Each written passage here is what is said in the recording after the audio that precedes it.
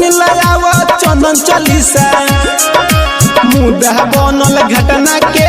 देवरा ढोड़ी चटना के पीके है यारे न लिखले गाना गा के चंदन छोड़ले खाना मीडिया लोग के मन ले न कहल यही से ओकन के डाले लहल दू चार गो मीडिया बाड़ा से गंदा यही से चलत ओकन के धंधा लगलस करे उनकर पीछा सुन लयावा चंदन चालीसा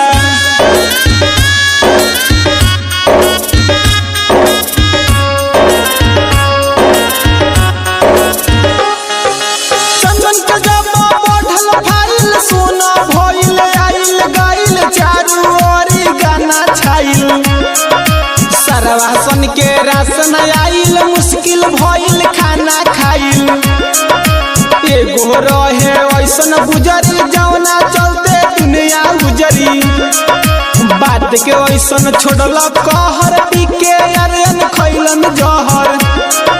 मीडिया सन के चाही हिस्सा सुन लयावा चंदन चालीसा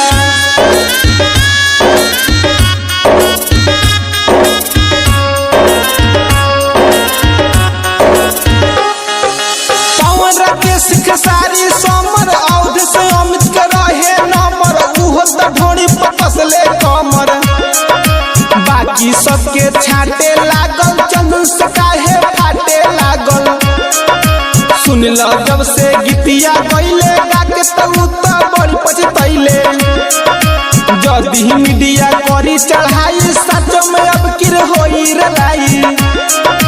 सोनू संदेश बढ़ल निशा सुन लयावा चंदन चालीसा।